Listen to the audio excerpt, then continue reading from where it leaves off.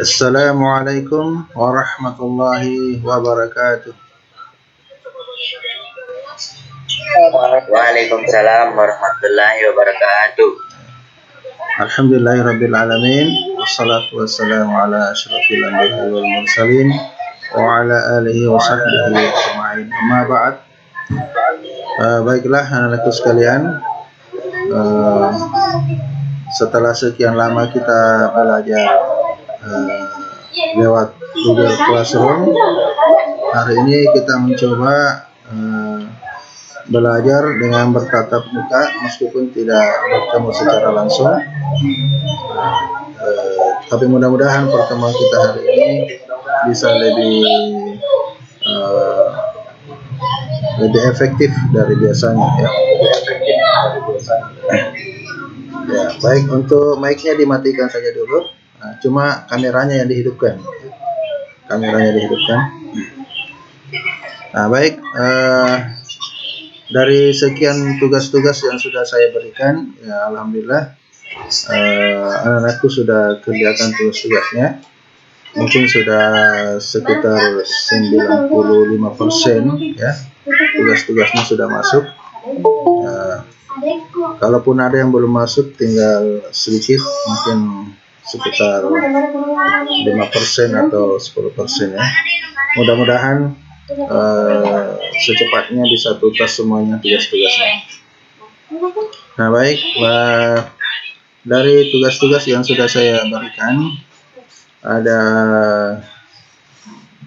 mungkin beberapa soal-soal kita akan bahas hari ini, yang sekiranya saya melihat jawabannya mungkin belum terlalu pas sesuai yang diharapkan ya.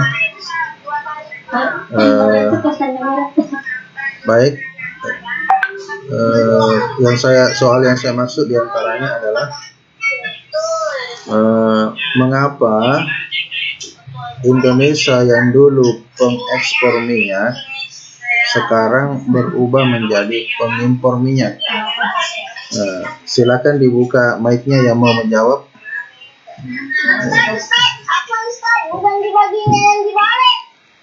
Ada yang mau menjawab, silakan dibuka mic-nya. Mengapa Indonesia dulunya pengekspor minyak sekarang berubah menjadi pengimpor minyak? Apa yang menyebabkan itu? Silakan dijawab. Silakan dibuka mic-nya yang mau menjawab.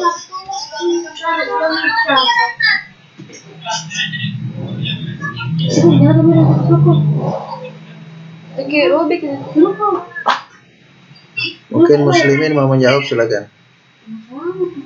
Tidak. Ya, yang lain mungkin.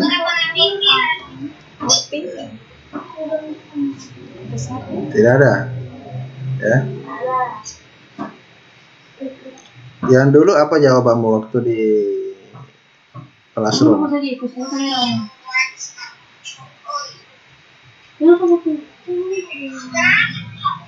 Masih ingat jawabannya?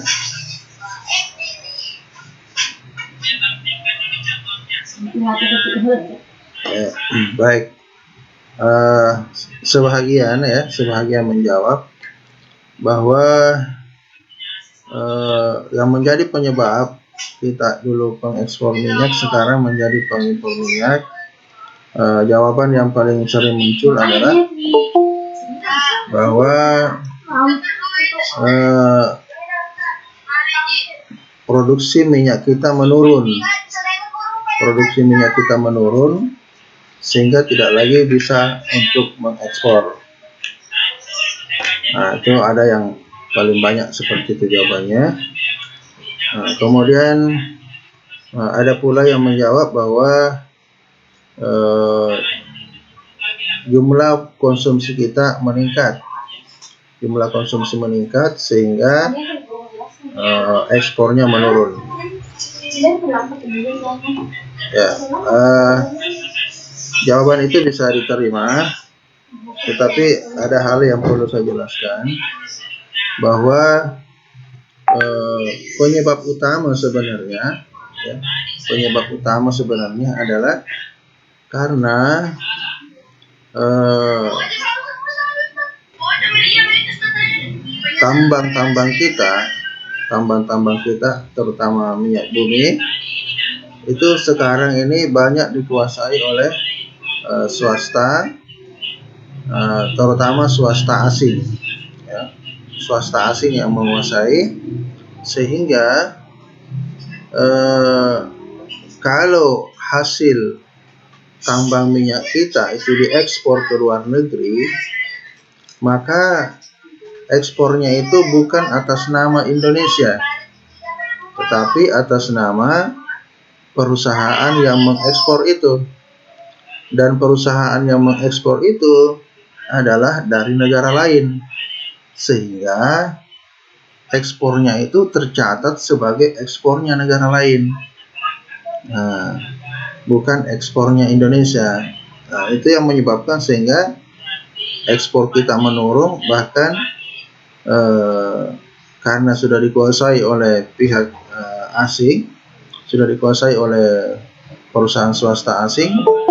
Nah, akhirnya kita tidak lagi memiliki hasil-hasil tambang itu, tetapi diambil alih oleh perusahaan-perusahaan asing. Ya, sehingga terpaksa kita mengimpor untuk mencukupi kebutuhan kita, karena kita sudah tidak punya lagi sumber-sumber tambang minyak, ya, atau katakanlah tinggal sedikit yang kita punya atas nama pemerintah Indonesia, ya, selebihnya atas nama swasta asing. Nah, itu sebenarnya penyebabnya. Ya, mungkin sampai di sini ada yang mau bertanya, silakan.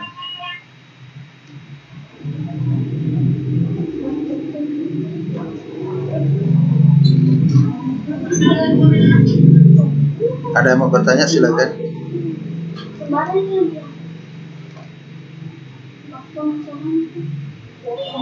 Tidak ada ya? Jelas ya? Ya. Baik, ada yang menarik ini ya.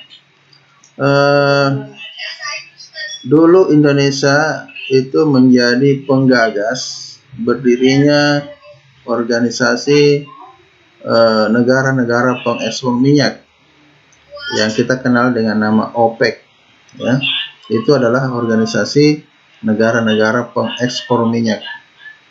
Nah, Indonesia termasuk anggota OPEC karena waktu itu Indonesia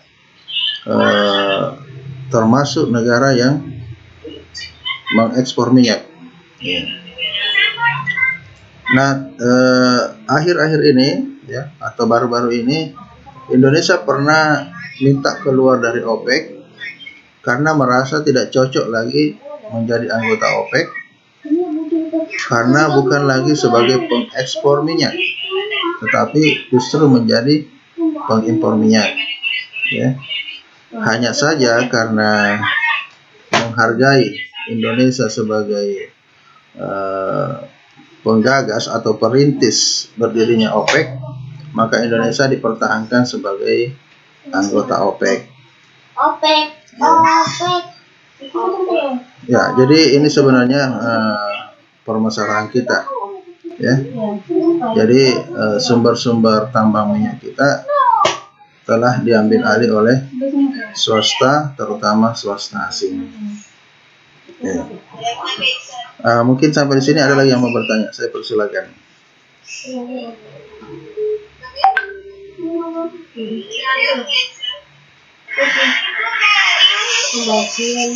Ya, coba dimunculkan mukanya ya, dimunculkan mukanya. Ya.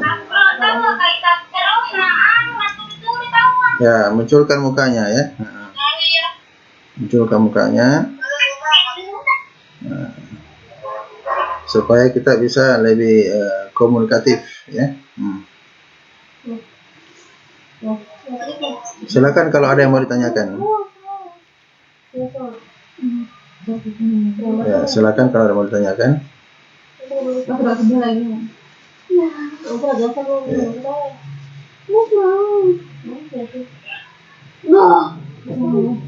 Ya. dari tambang minyak bumi saja.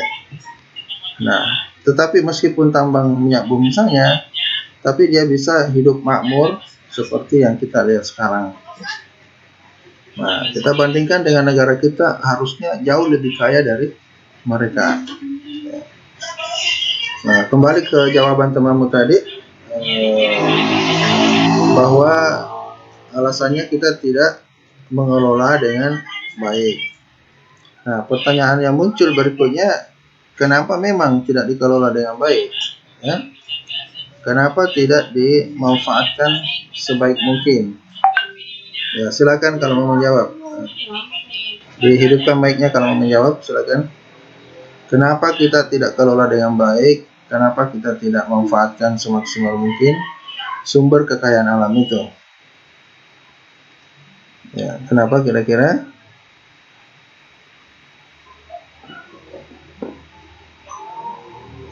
Kenapa justru diserahkan kepada pihak asing, padahal kita juga butuh, justru kita miskin, ya. Nah, biasa juga saya ambil contoh misalnya tambang emas kita yang ada di Papua. Sekarang ini kan sekarang ini kan kita tidak mendapatkan hasil dari situ karena diambil alih oleh Freeport yang merupakan perusahaan Amerika Serikat, sehingga kita tidak mendapatkan dan tidak bisa menikmati hasil tambang emas itu. Padahal kalau hasil tambang emas itu bisa kita manfaatkan, ya, karena ini tambang emas yang sangat besar, ya, itu bisa membiayai pendidikan, ya, bisa membiayai pendidikan seluruh rakyat Indonesia dari TK sampai perguruan tinggi, sampai bisa jadi sarjana, bisa jadi doktor. Itu bisa dibiayai sehingga kita tidak usah lagi membayar ketika mau kuliah. Nah, tetapi karena dikuasai oleh mereka, ya, dan yang menguasainya itu adalah negara-negara kaya, ya, negara-negara maju. Jadi ibaratnya kita ini menyumbang negara besar, menyumbang negara maju, sementara kita sendiri masih sangat membutuhkan. Nah, kembali ke pertanyaan tadi, mungkin sudah bisa dijawab. Apa yang menyebabkan kita tidak bisa mengelola dengan baik atau memanfaatkan secara maksimal? Nah, kenapa tidak bisa? Yes.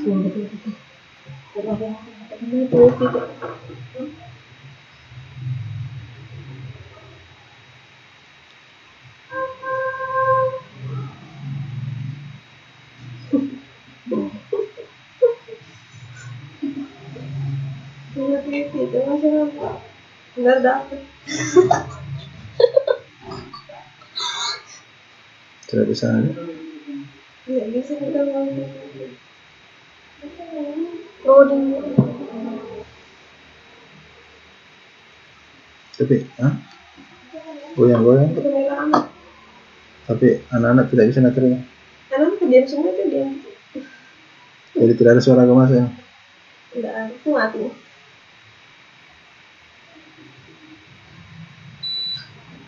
Doanya itu orang berterekam lagi.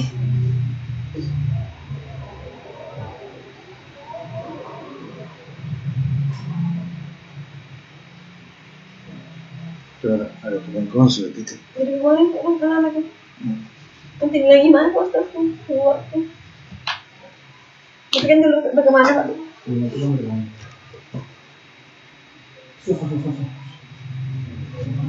Terputus karena ada gangguan listrik, jadi sempat mati listriknya, jadi wifi-nya juga mati, tapi alhamdulillah sekarang sudah menyala kembali, kita bisa lanjutkan pembelajaran kita.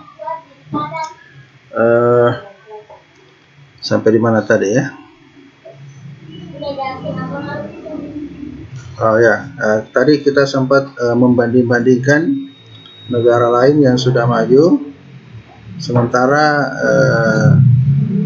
sumber daya alam mereka sebenarnya tidak sebanyak yang kita miliki. Jadi idealnya adalah harusnya kita lebih kaya dari mereka. Ya. Tapi faktanya kita masih ya begini-begini saja, ya, tidak bisa maju seperti negara mereka. Nah, baik. Tadi alasan dari salah seorang temanmu mengatakan kita tidak bisa tidak bisa mengelola secara maksimal. Coba alasannya kenapa kita tidak bisa mengelola dengan maksimal. Silakan dijawab, mungkin sudah ada yang tahu jawabannya.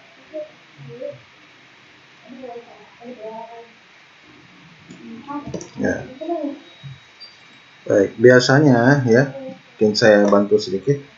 Biasanya jawaban yang paling sering muncul ketika ditanya kenapa kita tidak mengelola sendiri sumber kekayaan alam kita. Ya.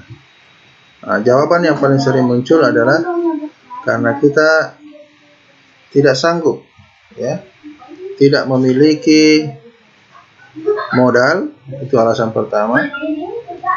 Kita tidak sanggup karena sumber daya manusia kita rendah. Kita tidak sanggup karena tidak menguasai teknologi. Nah, itu jawaban yang selalu muncul. Ya, itu jawaban yang selalu muncul.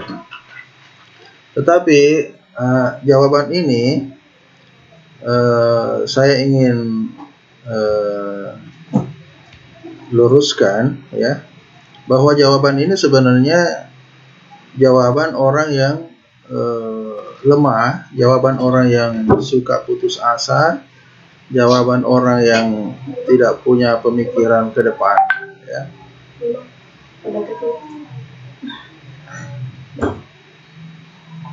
Ya. Mari kita lihat jawaban ini sebenarnya tidak terlalu tidak terlalu memuaskan jawabannya, ya. Karena jawaban ini sepertinya jawaban mengada-ada saja untuk membenarkan kelemahan kita, membenarkan kebodohan kita, ya. Saya mulai dari modal, atau begini saja, saya kasih perumpamaan, ya, saya kasih perumpamaan sebagai bayangan. Misalkan, ya, saya punya sawah 1 hektar, kemudian saya tidak bisa kerja sawah, ya, katakanlah misalnya saya sudah tua, saya sudah tidak punya tenaga untuk kerja sawah, kemudian saya tidak punya uang untuk membeli traktor, ya, saya juga tidak bisa menjalankan traktor, ya, pokoknya masalahnya, kendalanya itu. Nah, kira-kira kalau seperti itu keadaan saya,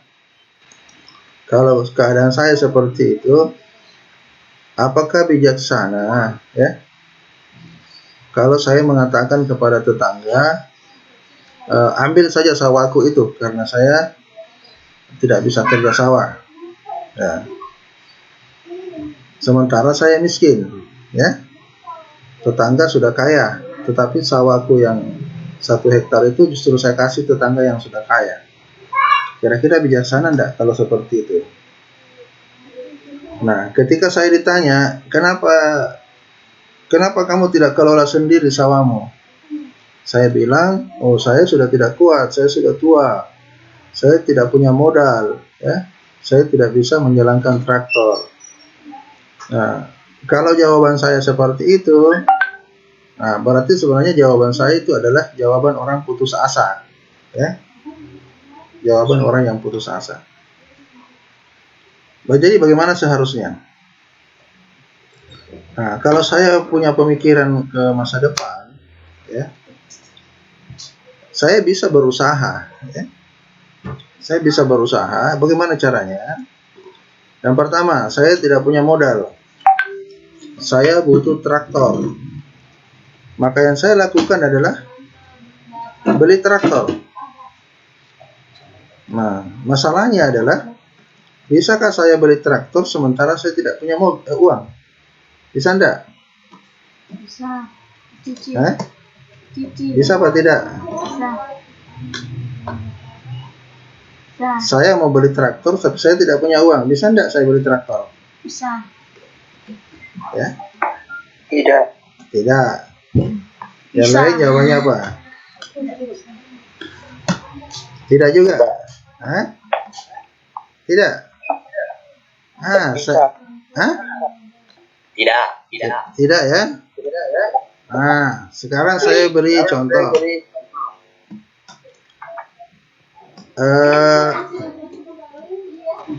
Banyak orang beli mobil, ya.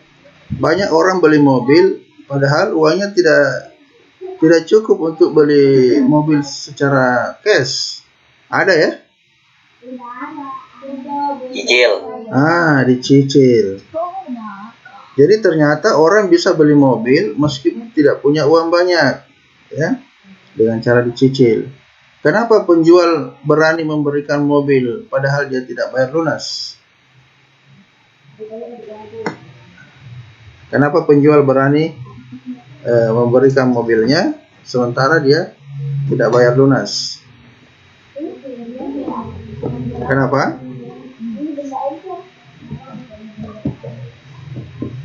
Ya,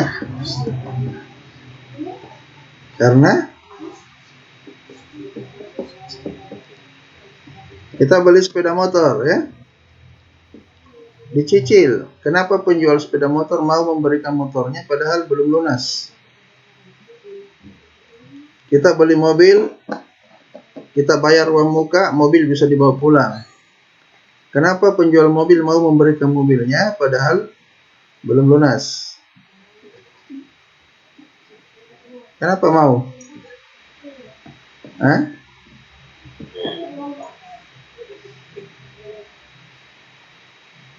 Kenapa?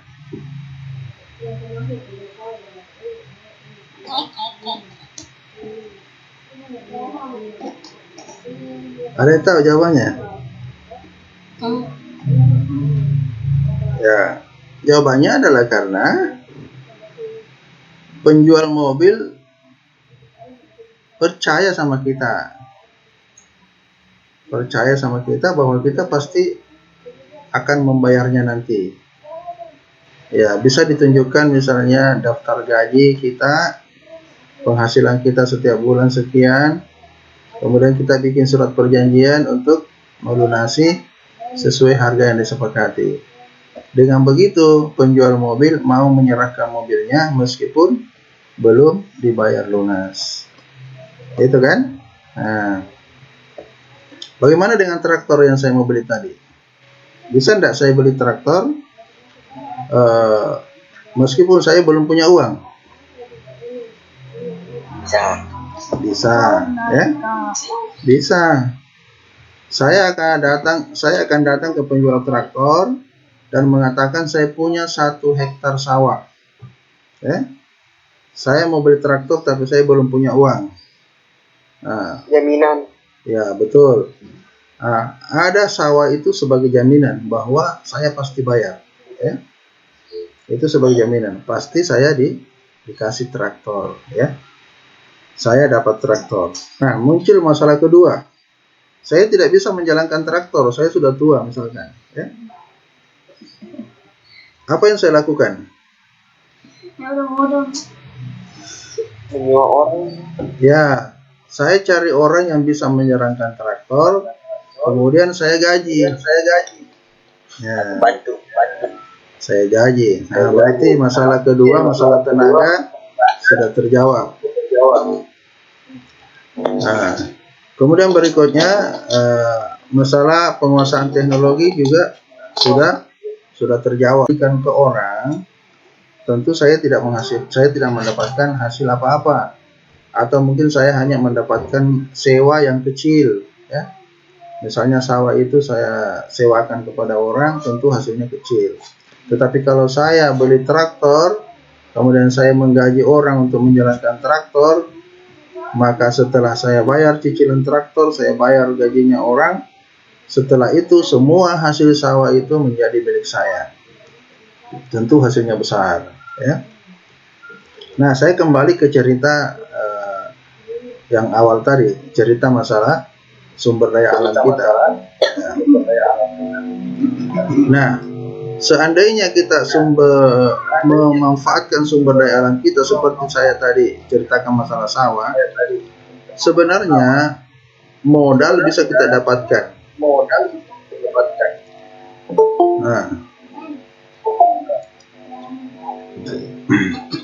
oke, misalnya ya, kita membutuhkan alat-alat berat untuk tambang emas misalkan. Ya. Maka saya bisa mendatangi negara yang punya alat untuk menambang emas.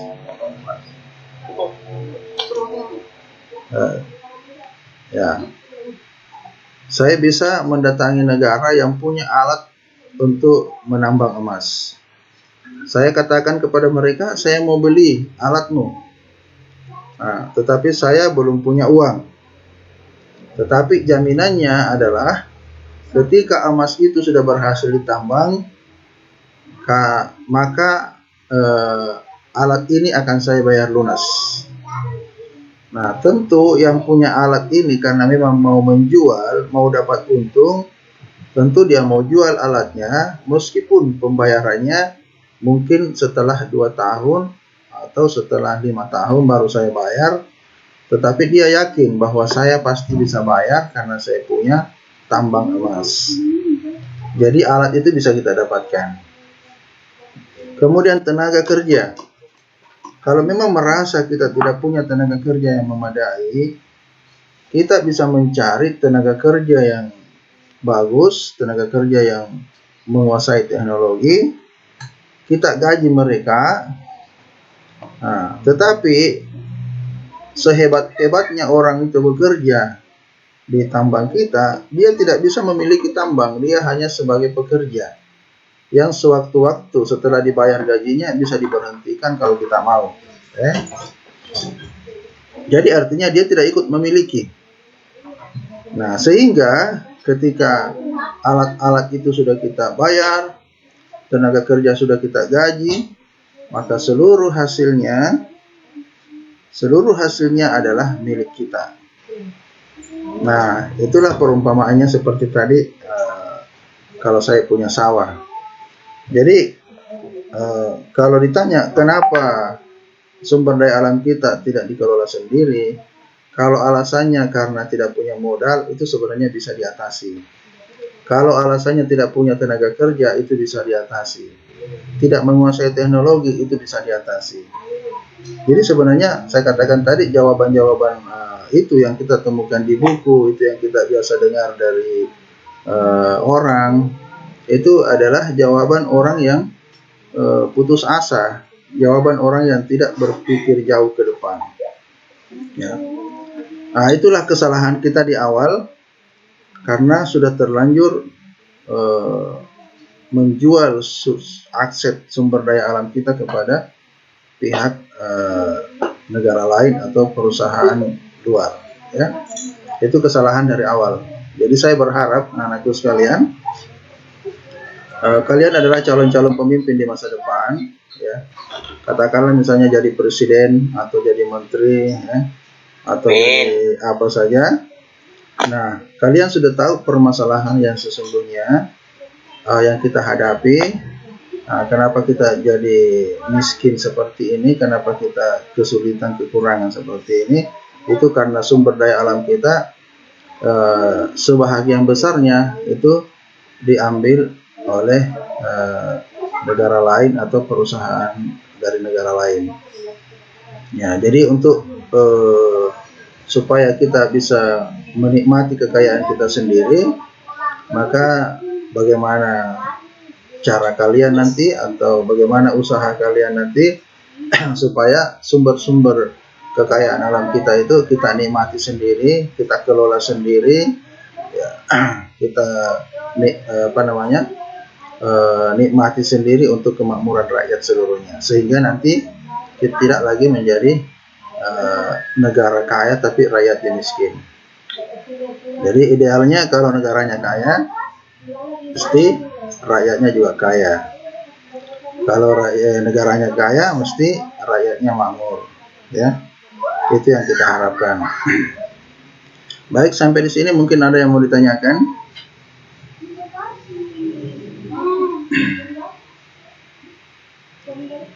Saya persilakan kalau ada yang mau ditanyakan.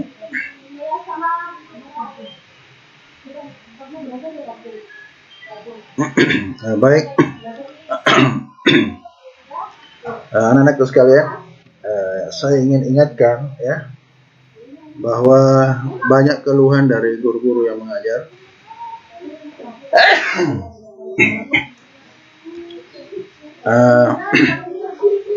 Bahwa kalian kurang aktif, ya, kurang aktif belajar ketika guru sedang mengajar. Ada yang katanya cuma mengisi daftar hadir, tetapi tidak aktif belajar. Ya, ada yang katanya banyak tugas-tugasnya tidak diselesaikan. Bahkan ada yang tidak pernah setor tugas. Nah, saya mau tanya, ini kendalanya apa sebenarnya?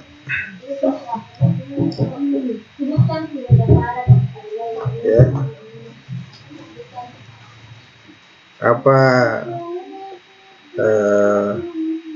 kendala karena malas, kendala karena tidak punya HP, atau kendala tidak punya kuota, atau apa ini, ya?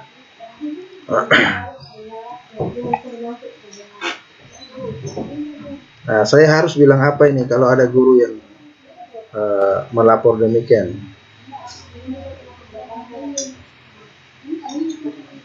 Ya.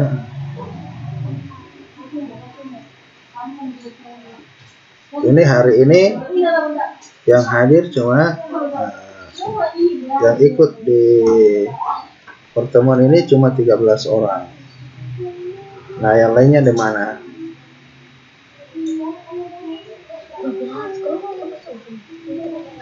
Ya. Ini berarti betul ya, betul yang dilaporkan oleh guru-guru bahwa kelas 9-11 itu sering tidak ikut belajar. Ya. Coba kalau ada kendalanya silakan disampaikan.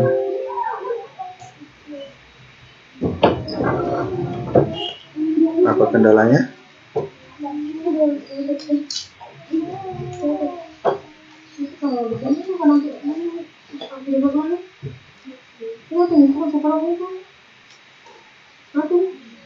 Mau mati.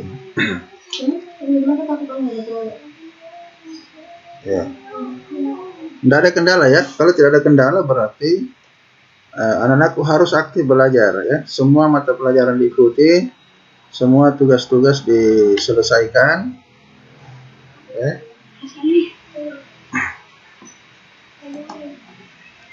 Jangan ada tugas-tugas yang tertinggal ya. Nah, baik, saya informasikan sebelum saya tutup, pada pertemuan berikutnya insya Allah kita akan ulangan. Jadi anak-anakku siap-siap belajar.